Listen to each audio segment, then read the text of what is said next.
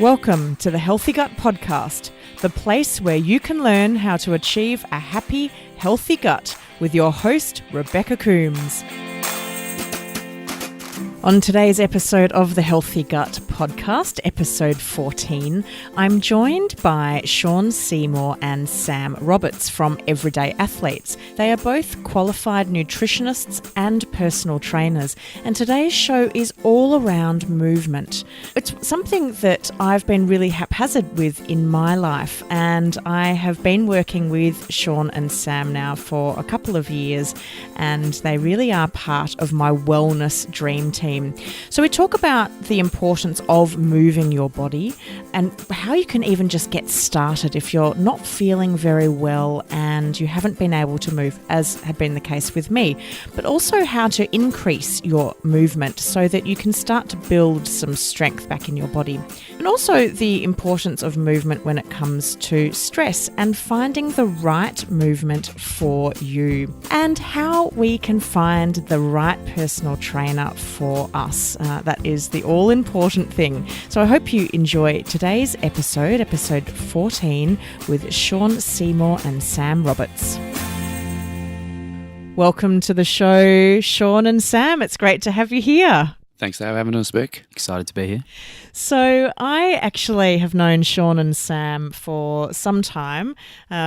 Shaun is my personal trainer, so it's really great to have him come on to the Healthy Gut Podcast to talk all about movement today and the importance of movement. And two years ago, maybe a bit longer than 2 years ago, when I decided I needed to focus on my health once and for all, I found Shaun, and I remember turning up in this studio and saying, I'm really weak and I'm really not feeling very good.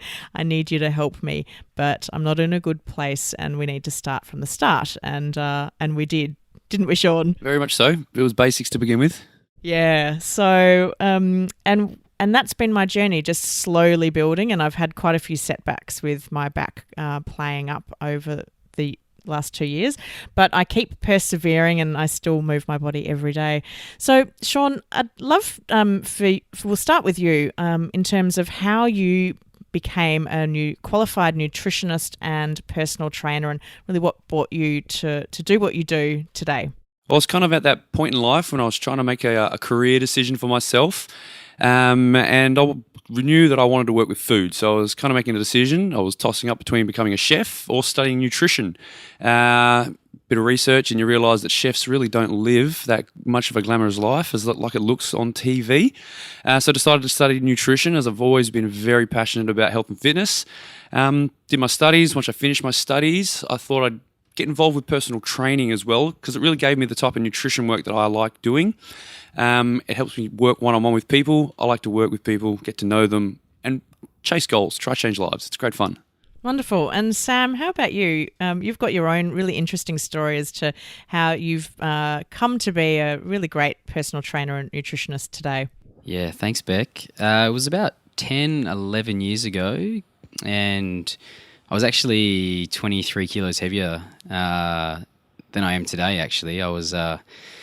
Myself and Shaun played rugby all our lives, and then at the end of school I stopped playing and started working and was just living an incredibly unhealthy life. And within about 18 months I put on close to 20 to 23 kilos, and yeah, I was really unhappy at the time. I was really unfit and just I was just in a bad place, and through the help of Shaun and a couple of others, I just decided one day I'd had enough and dropped the weight. And that took close to 12 months. And that was just an interesting journey in itself. And then it was after doing that myself and Shaun decided that we'd go and study, and he chose nutrition and I chose nutrition, and yeah, we've never looked back from there. It was in learning how hard it was that I thought if I could help even just one person not have to go through the sort of the same problems, issues, and just how hard it was and how sort of alone you feel, that'd be worthwhile. So yeah, that's my story. And for so many people that have experienced SIBO, weight gain is a really common symptom, and it's definitely been something that I have struggled with. What were some of your insights when you started looking at how to lose those 23 kilos that you learnt about weight loss? Where do I start? I actually just had no idea where to start. I just was, I suppose, running and just being active is the first one. The second one is I'll join a gym. When I got to the gym, I had no idea what to do. So I think for the first 6 months, I was doing anything I thought, which would be literally just moving. But I was doing it all wrong. I was training way too long. And then it wasn't until, some mates got on board and really helped me out, gave me a bit of direction, that it really sort of fell into place. I didn't really feel comfortable asking people as well. I kind of just, maybe I was a bit embarrassed, or I just couldn't quite reach out at the time as well, which was probably as big a problem as any, when they would have by all means helped me out from the start. And that can often be quite a common thing, I'd imagine, that when you're feeling overweight, when you are overweight, you can often feel quite embarrassed. You don't want to ask for help because you feel ashamed at what you weigh. I know that I have never loved carrying the extra kilos, and you think, well, I can just do it on my own. How hard can it be? But particularly when you've got digestive issues, such as those of us that have SIBO, it adds just a whole other complication to losing weight, and it's not just as simple as cutting calories and exercising more often. There's a whole bunch of other things that you need to do. Yeah, hit the nail on the head. Shaun and I, we probably weekly hear people say, "Oh, I'm going to come in and see you guys. I'm just going to get fit first." Which, as great as that sounds, is the biggest mistake you can make, because if they just come and see us and they'll make a plan, any personal trainer for that matter, or any fitness specialist, the plan will get made, you'll be on the right track, and you'll get fitter, whatever your goal is, a lot quicker. But it's just that I don't want you to see me how I am, therefore they don't come in and lay it all on the line for us, which is totally understandable, and I know exactly what they're talking about, but not the best approach. Yeah, definitely. And if I took that approach when I first started training with Shaun, I wouldn't have started. And I remember when we did my initial assessment, I literally ached for days afterwards. And the initial assessment was so light on as I thought, because I'd previously trained for triathlon, so I was previously really fit and strong. And then there I was, struggling after doing 3 squats. But working with the right person for you and finding your right team, your healthcare dream team, can help you move forward and not be stagnant. So I'd love to talk around movement and why it is so important for our bodies, and why someone that is experiencing a chronic illness like SIBO should be thinking about how they can add movement into their day. That's a good question, Beck. Really, movement is fundamental to our human life. Everyone gets right now, there's this paleo principle in dieting going on massively. If you want to be paleo to its truest, you got to move. That's what we've done for eons. So movement contributes massively to good health. It does contribute to good health. Do you have some tips on what people can do if they're feeling really quite unwell today, and how they can start to look at how they can start moving? Yeah, it really depends on where you're starting from. And I think it's really important that you determine where you're starting from at a real bare bones basic level. If the movement you can handle that is at least gets you doing something is just walking, do it. If that's what it takes, start there, and you can really work your way up. Now you'll progress into body weight movement from there. You might just do some body weight squats, maybe some push-ups on your knees. You might even just do a simple plank. But just finding out what your body can tolerate and what your digestive system can tolerate is really important, because that gives you the starting point, and then it's just about progress from there. Why is movement so important for the support and the health of our digestive system? Basically, your digestive system relies on blood flow, like all functioning systems within your body. Now, movement promotes blood flow. You get the blood flowing around your body, you stimulate that muscular activity, you also stimulate your digestive system. And one of the things that I've noticed with myself is when I move regularly, then so does my digestive system. So then I'm more likely to be going to the toilet regularly.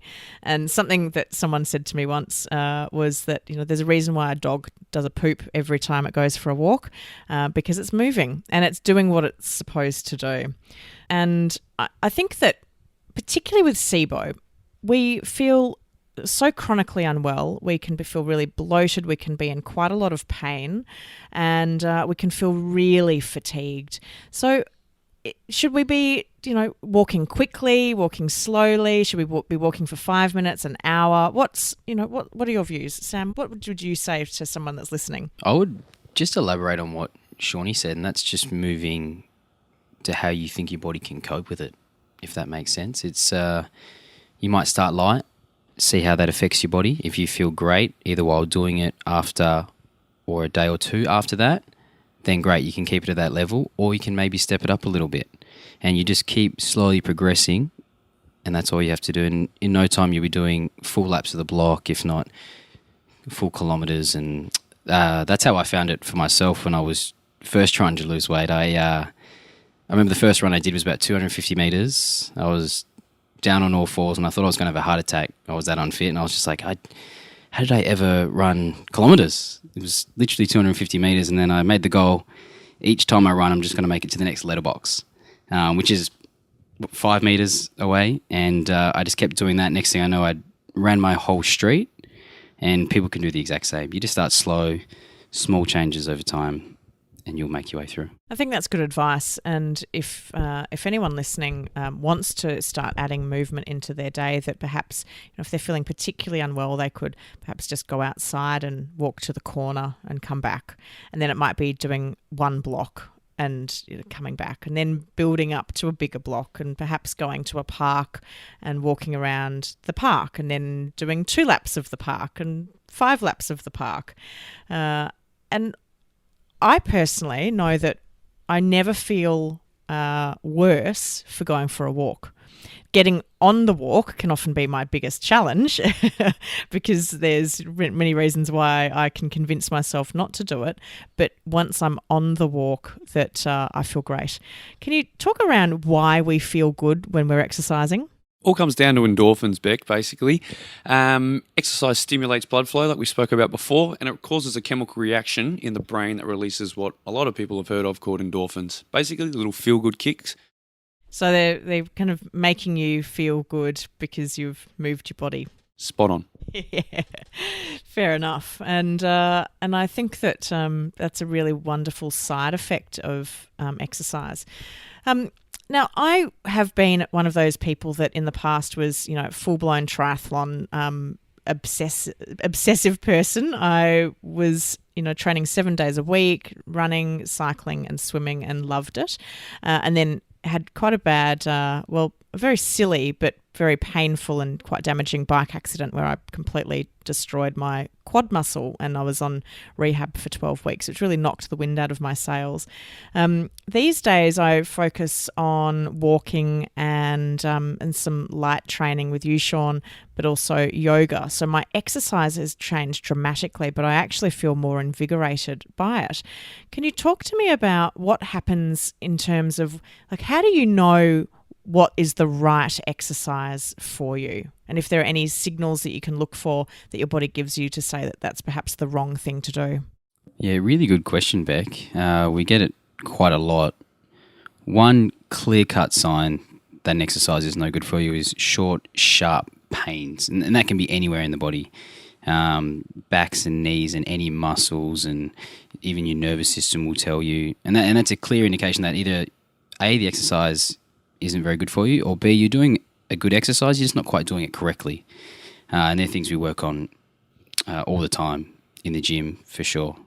What about your energy levels? Should you be looking at how you feel energetically once you've exercised as an indicator as to whether that's the right exercise for you? Yep, 100%. If you find you're always just really tired, and we see I'm just so tired all the time, or you're not getting enough sleep, or you're getting enough sleep and you're still just waking up not feeling fresh and invigorated and just ready to attack the day, there could be a case of, even though you're doing the right exercises and you're doing them well, you're just doing them too much or too often, and throughout the week, you just, as you were saying with your rather vigorous triathlon training, just training too much, just overtraining, as they call it. And again, we see that quite a lot. And it's all about finding the right balance of not only how long you train and what you do while you're training, but the types of training. So changing it up to your yogas and your Pilates and finding the balance that works for you. Just wanted to add on that. I think it's a really good point. And Sammy said what Sammy's saying spot on. I think it's really important for listeners to understand that exercise is stress, and we all carry around so much stress this day and age. Our busy lives, work's tough, family lives are going on. But exercise, while it is beneficial, it comes to a point. You can't just train repetitively over the top, okay? It does come to a point when it's too much. And at that point, when you start training too much, it does have detrimental effects on your health. And why does that happen? So why do we get a stress response from exercise? Because to have exercise be effective, we need to challenge ourselves. So to change your body, to force it to burn the fat you're trying to burn or grow your muscles bigger or whatever it is you're trying to achieve, you have to challenge your body. Now, anything that does challenge your body is going to cause stress. So while it's not stress like the way you imagine it, pulling your hair out, running around a million things on your mind, it is stress to your body, and it has the same effects. And chronic illness like SIBO also causes stress. So as I understand what you're saying, that having a chronic illness and then exercising perhaps too much, or that the intensity perhaps is too high for you at that point, then it's like stress layering upon stress. What can be some of the outcomes or the downsides of not listening to your body and pushing too hard and causing all of that stress to occur? Basically, recovery just halts. Like anything, you put too much stress on, hands go in the air, and someone just goes, nah, can't do this, too hard. And your body does no different. So you're constantly in a recovery mode. You're trying to recover your digestive system. Your body's trying to help recover your muscles. Your body's trying to help recover from the mental stress that you're going through day to day. Now, if you just keep piling it on, there comes a point in time that your body goes, nah, too much, can't handle it. And this is when you see things like glandular fever, chronic fatigue start creeping in with people. Yeah, it's really quite interesting. And I think back to the years before I knew that I had SIBO. I knew I had irritable bowel syndrome, IBS, and I decided that I was going to be a runner. I am not a natural runner. It's like my body does not have the genes for running. It's like I run backwards. I run that slowly. And I would just, I'd put myself under all this pressure to run and feel really stressed by it psychologically. And it was really exhausting. And I was getting sick a lot. Now, I think I was getting sick a lot as well because my gut was in a really bad state. But I was also like really pushing my body at an exercise level. And I was, I was young, I was in my 20s, and I wasn't getting great sleep, and I was partying pretty hard, and I was drinking alcohol and, perhaps not eating the best foods, definitely not eating the best foods for SIBO. And so I can imagine that I was in this very stressed state at a physical level. Yeah, 100%. You just constant stresses through the body, and all that does is just lead to a serious case of inflammation and everywhere. Not only with your drinking would your liver be overworked, and with your sleep, the lack of sleep pretty much dictates almost everything. It's just not allowing your body to uninflame itself and de-stress, and then it's trying to deal with too many things at once, and really you just need it to focus on your digestive system and get that sorted before it starts worrying about pretty much anything else. Let's talk a little bit about sleep and the role that sleep plays with movement and how interlinked they are. So again, I always refer to myself as my own little case study of one, but I know that if I'm exercising or just moving, I sleep better, and therefore I'm more inclined to exercise. When I'm not sleeping well, and Shaun's had some texts from me very late at night when I'm up, and I try to get to bed early mostly, but when I'm working on a new cookbook, then I'll often be working till very late in the evening, and I might have to postpone our training session the next day, and then it's a really vicious cycle where lack of sleep means lack of movement, means lack of sleep means lack of movement. So talk to me a little bit around the impact that sleep has on our bodies and ability to move and move well. It has a huge impact on basically all facets of health, sleep. Really, like what you were just explaining there, it's what we call the snowball effect. Positive outcomes lead to more positive outcomes and vice versa. So you get good sleep. You wake up well, you're feeling good. So you eat good food.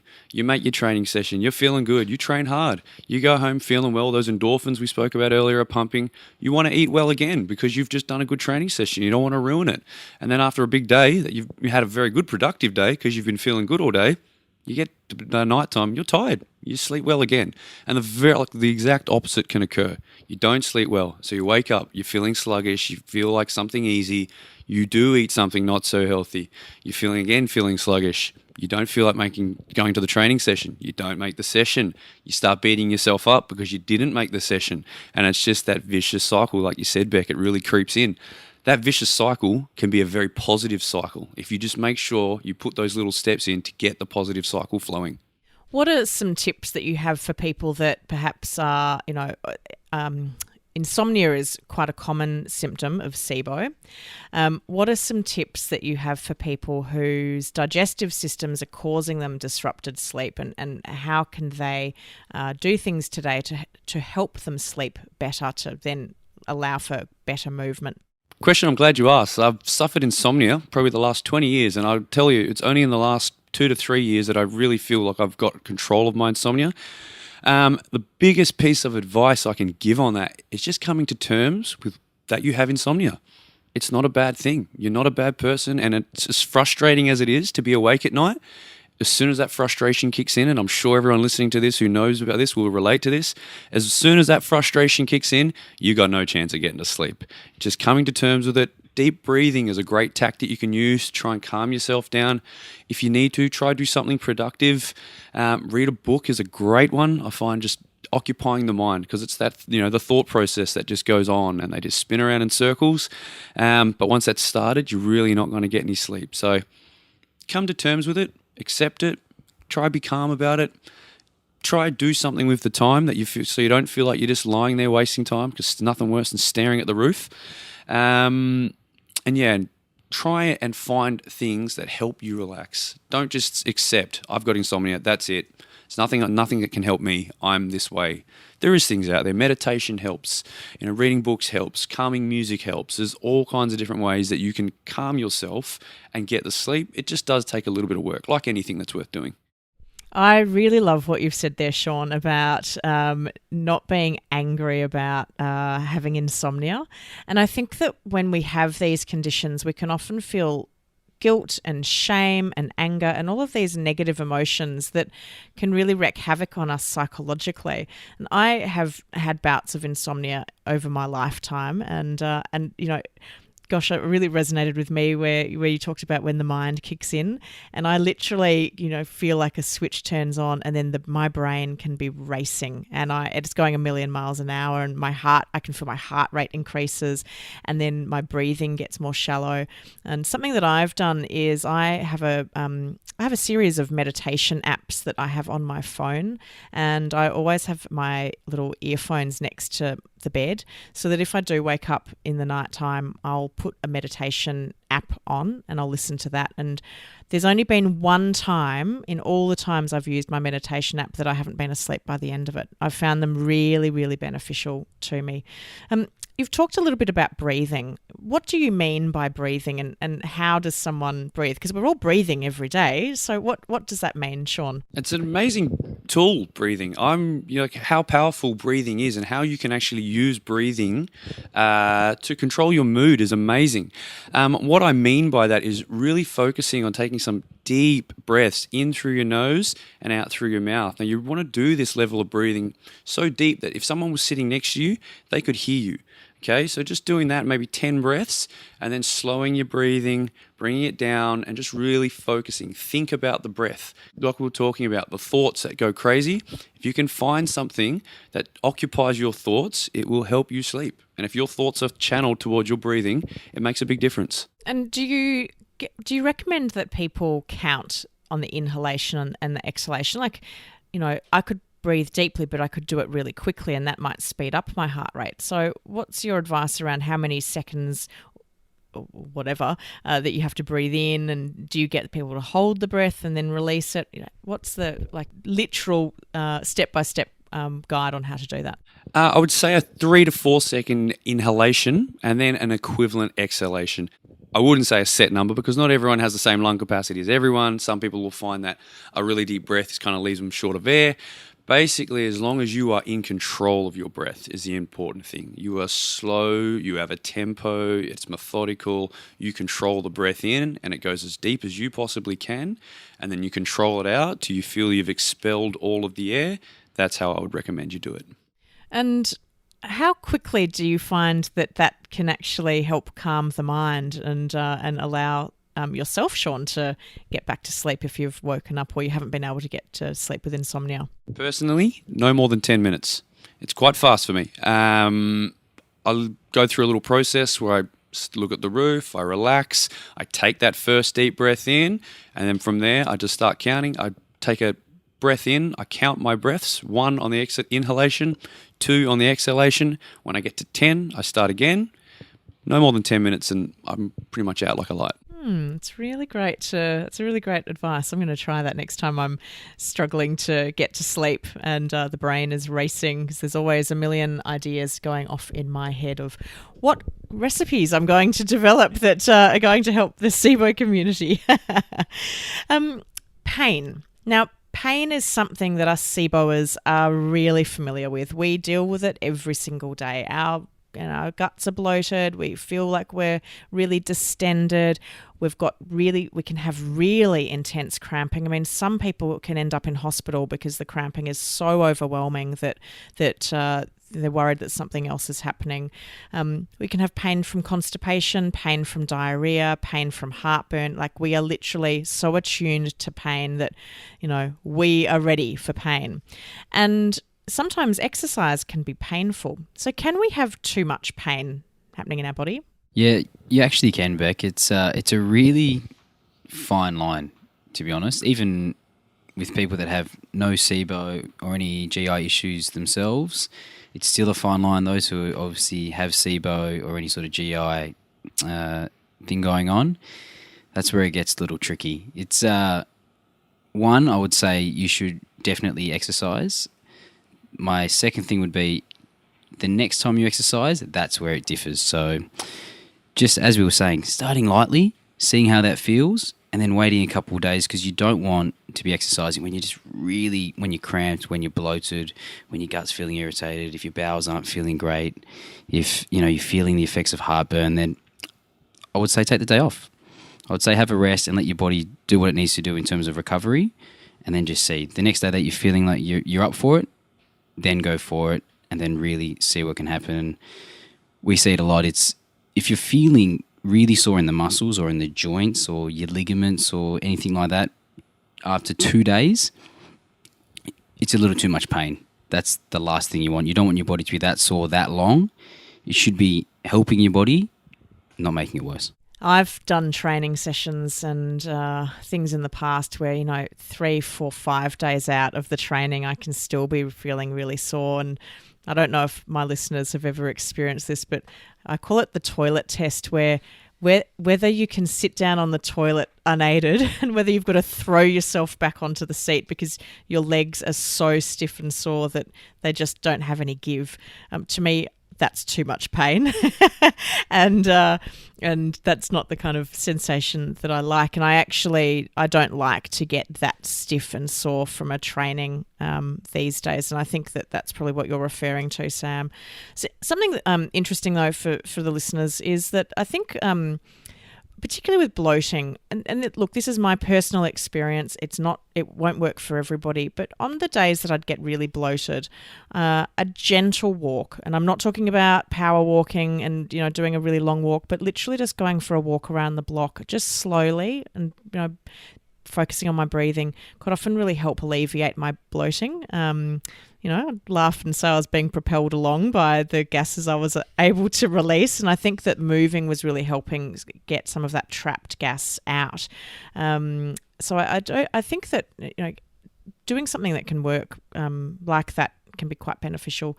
What about, I don't know if you guys have a viewpoint on, rubbing your tummy or, some massage to support building or support your journey through movement, and whether you feel that there is a role for having regular massage or muscular treatments to help you as you're getting stronger and perhaps alleviating some of that pain that you might, it was not pain, stiffness you might get from having worked muscles that might be a little weaker.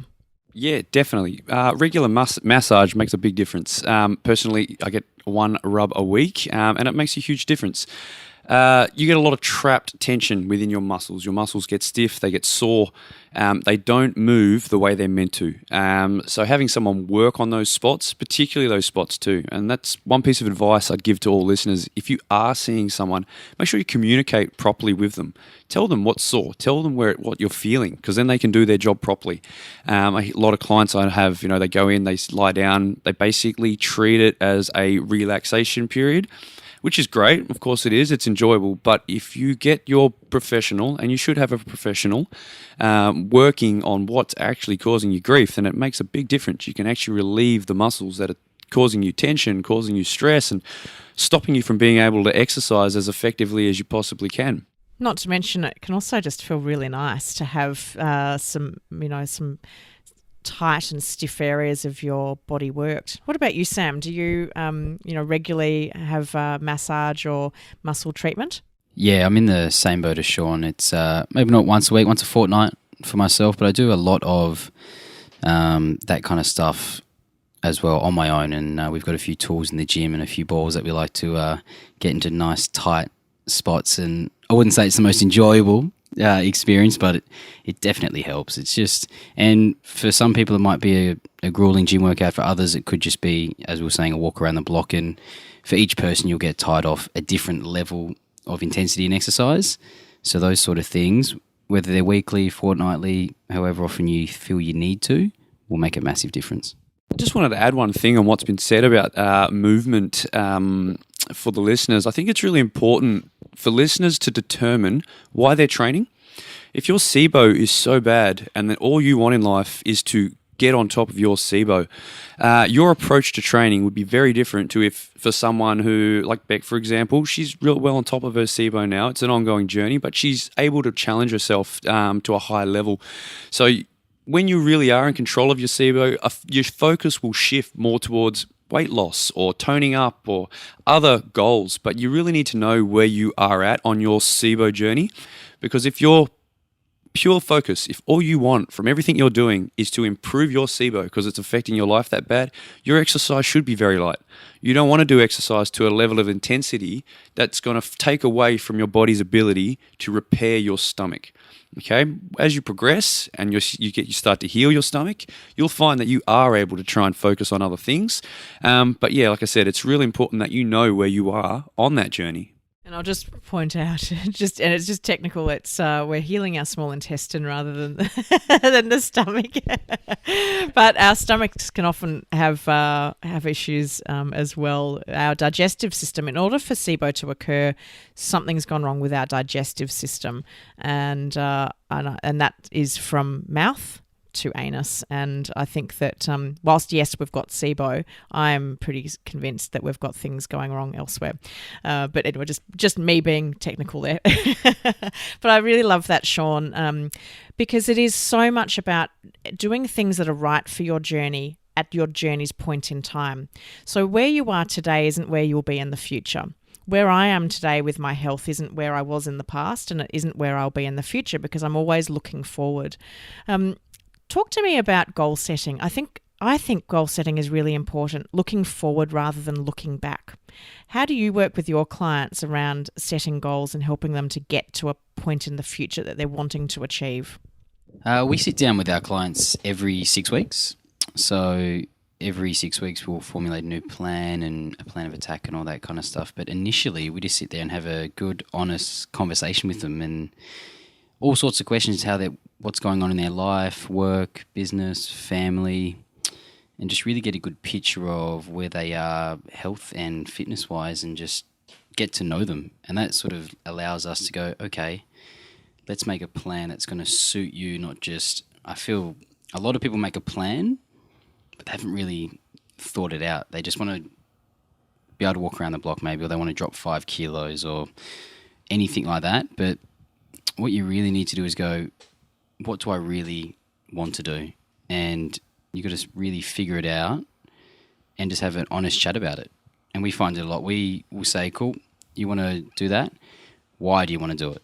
And that allows us to go delve a little deeper, gives us an honest response. A lot of times they don't want to drop 5 kilos. They want to be more energetic for their kids.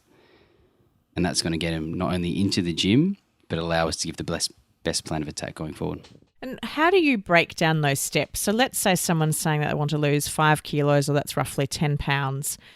It doesn't seem like a lot, but it is a lot at the same time. So how do you go from where you are today, or it could conversely be gaining that, because with SIBO, we're either underweight or we're overweight. It doesn't seem to be common that we are at a healthy weight range with SIBO. How do we break down today to 5 kilos, 10 pounds on or off? It's good to know your outcome goals, which is what we've kind of spoken about just now. Lose the 5 kilos, 10 pounds, and understanding the why, just like Sammy gives you the motivator. What you're asking there, Beck, is making sure you have the behaviors in place to reach those outcome goals. So you might say, I want to lose 5 kilos. Now, it's not just going to happen. There's certain behaviors that you need to put in place to make that goal happen, which is why we call them behavior goals. Now, you might implement 3 new behaviors. One might be you're going to go for a walk every single day, you're going to drink X amount of litres of water every single day, and you're going to make sure you get to bed at a decent hour. There's a whole range of things you can implement as behavior goals, and they all contribute to your outcome goals. But it's really important that you don't just write the outcomes down. You must make sure you specify the behaviors that you're going to put in place to make those outcomes happen. It's really like drawing a bit of a roadmap, isn't it? So you've got your start and then your end, and then you're plotting the journey and the road that you're going to take. And I think about I recently did the Dr. Michael Mosley 8-week blood sugar diet challenge. I wanted to see what impact that had on my body, because I've really struggled to lose the excess weight that I've been carrying. And it was really actually very good. And I did drop 5 kilos or 10 pounds through the 8 weeks, which was very exciting. But I used that time as well to really focus on some of my other behavioural goals. So sleep was a big thing. I really set a goal of being in bed before midnight, which is pretty big for me because I'm a natural night owl. I had to set goals around the food that I was eating, and I chose to not drink alcohol during that time. I chose to exercise every day.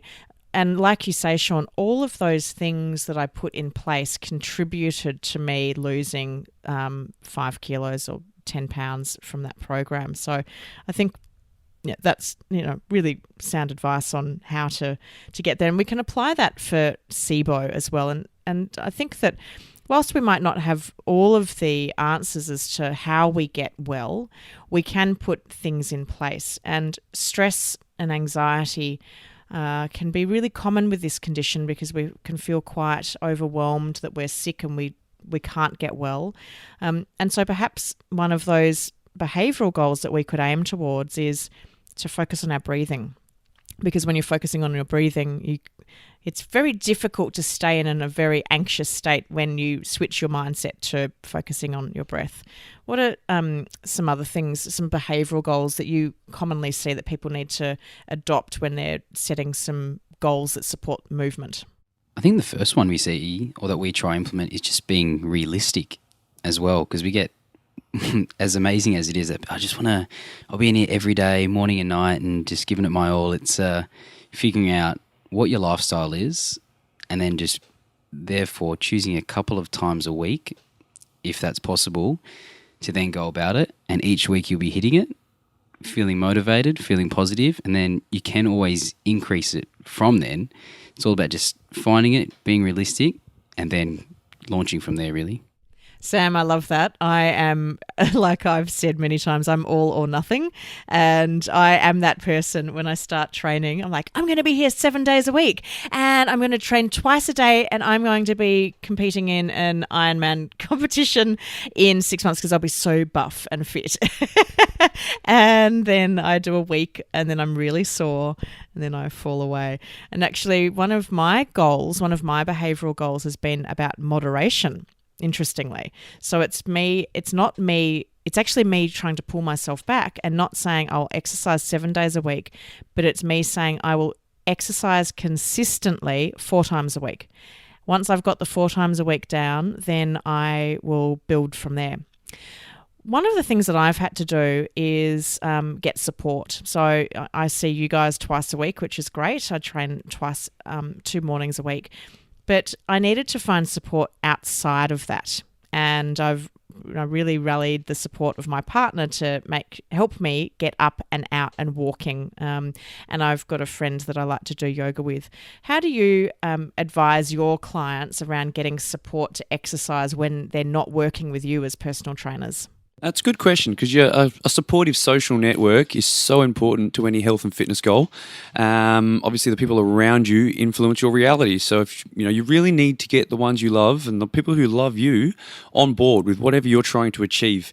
Now, don't underestimate this because can be really hard. People don't like to see change in a lot of people.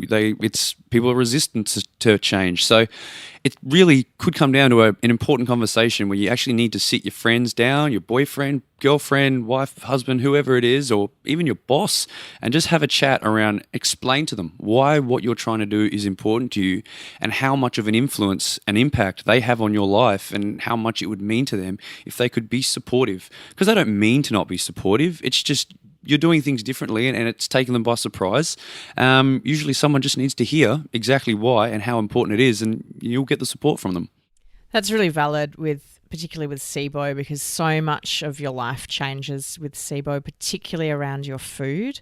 And I think having that clear conversation with people around, this is what I'm doing, this is the support I need from you, and this is why it's important to me that I have your support, can be a really beneficial conversation, because not only for you as the person with SIBO or GI issues, but also for the friends and family to have a bit better understanding of what you're actually going through. I think that can be really beneficial.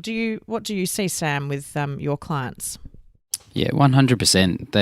I think, as Shawnee said, it's just all underestimated. People they have assumed knowledge of what's going on, but they just need to hear, hey, this is what's happening with me. This is how it makes me feel.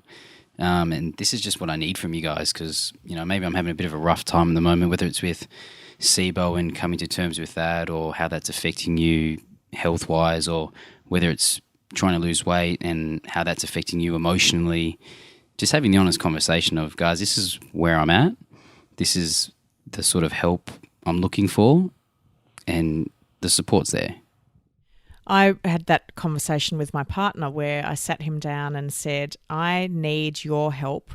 I'm asking for your help and I need your help to keep me motivated. I'm feeling really lacking in motivation and I need you to help get me up and out. And so I've got to say, he's been really amazing at, getting me out when there are times when it's been a long day and I've been really busy and I'm quite tired, and my natural inclination might be just to chill out, and he'll say, come on, let's go and do a lap of the botanical gardens, which we live quite close to here in Melbourne, and it's a beautiful walk. It's a nice hour walk from start to finish from our place, and it's great, and I never feel bad for doing it, but he's been my real cheerleader at helping get me out. And I think that's it's really great when you can ask people for help.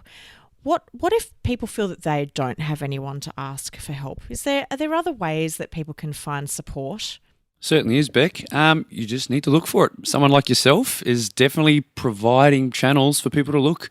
The SIBO community is growing. If that's exactly what you're going through and you feel like people around you aren't supportive, look elsewhere than your current geography, I suppose is what I say. Get online. We're all connected these days. And just talk to people. Online, you'll find people who share similar interests, who are going through the same pain that you're going through. And just keep reaching out till you find people who you can connect with and who can give you the support that you really need. Don't give up. There's so many wonderful online communities for SIBO. There's a really big Facebook group for SIBO. It's global, which is I delved into that when I first got my diagnosis, and it's a really great way of connecting with other people. But there's also local communities, local Facebook groups for SIBO, where you might be able to find people in your own area that perhaps you could meet to go for a walk, or even go and catch up and just meet someone that knows exactly what you're going through.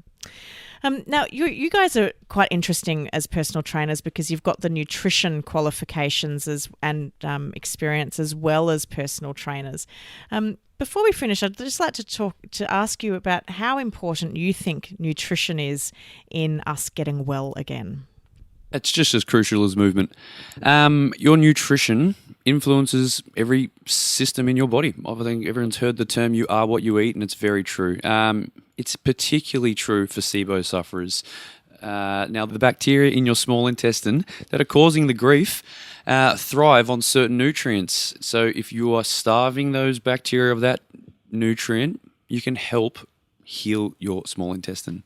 Really is our life source. So, I think, nutrition is key, and good nutrition. I think the quality of our food, not just whether we're eating food, but the quality of the food is important. Now, I'm really lucky in that I just kind of stumbled across you guys, and you've been working with me now for the last 2 years. What's your advice on how someone listening can find a personal trainer in their local area and find someone that's right for them? Because there are a lot of personal trainers, and here in Australia in particular, we seem to be a personal trainer factory. We have personal trainer courses coming out of our ears, and surely not every one of them is going to be a good personal trainer because there's just so many flooding the market. So what's your advice on how to find someone that's suitable for you? Yes, it's very true, Beck. We are living in an era with a flooded market for the personal trainers. My advice on finding a personal trainer that is good and worth your while is trying to find someone that is willing to listen to you and understand not only what you want, what you're trying to achieve, but where you're at. It's very common for preconceived ideas to exist in a lot of PTs. They tend to think they know the way to do things, and that is the way, and that is the only way that they do it. So like I said, you'll know by if they're willing to listen. Do they listen to you? Do they take on board your injuries, what your SIBO does to you, how it affects your energy levels? Do they accommodate for this, or do they more make you try and do things the way that they think you should be doing? Would be the thing I'd say to be aware of. And that's obviously great advice for when someone started working with someone, but do you have any advice on how to find them in the first instance? Obviously, online is the quickest and easiest source, but then spending some time and actually browsing through their page, see what's on there, see what they're about, see certain things that they do and whether it really resonates with what you want to do, and if you feel comfortable sort of contacting them. That would be the first one that I would do. And the second one, even just calling and having a chat and trying to chat with a manager or the personal trainer there that may be servicing you, and see if there's a bit of a connection and rapport with them as well, because they're going to be a fairly important person in your life for the short, if not long term, and you're going to be seeing them a lot, probably more than we see a lot of our clients, more than they see their partners. So if you don't have a good rapport with them, then it's going to make it such a difficult time. And in all honesty, it probably ends up being not a waste of your time, and money, if not both, and you have to go on the search again anyway. We actually have a checklist and a guide to show people how to find a PT that'll be and work well with them. Oh, that's really great. So I've got that in the show notes. So if anybody wants to see the guide on how you at home, you listening, can find a personal trainer that's right for you, then you can head to the show notes and download that link. Shaun and Sam, it's been really great having you on the show today, talking all things nutrition and movement. So I'd really like to thank you for joining us on the Healthy Gut podcast. Not a problem. Thanks for having us, Beck. My pleasure. I hope you enjoyed episode 14 with Shaun Seymour and Sam Roberts from Everyday Athletes. If you would like to download the show notes or a full transcription of today's episode, all you need to do is head to thehealthygut.co/exercise. You'll also find the links mentioned in today's show, and you can connect with Shaun and Sam. Now, I love hearing your feedback from the show, and it also helps me to develop future episodes. So if you listen to this episode through iTunes or any podcast app, you can leave us a rating and review. And it also helps other people who are looking for podcasts around gut health, that they can then know that this is the right place for them. So don't forget to share your feedback with us. You can also follow us on Facebook, Instagram, Twitter, YouTube, Pinterest, and Google+. Just look for us under The Healthy Gut. Coming up on next week's show, we're joined by Dr. Mona Morstein, who is not only a SIBO specialist, but also specialises in working with people with diabetes. And there's a very high correlation between those of us with SIBO and type 2 diabetes.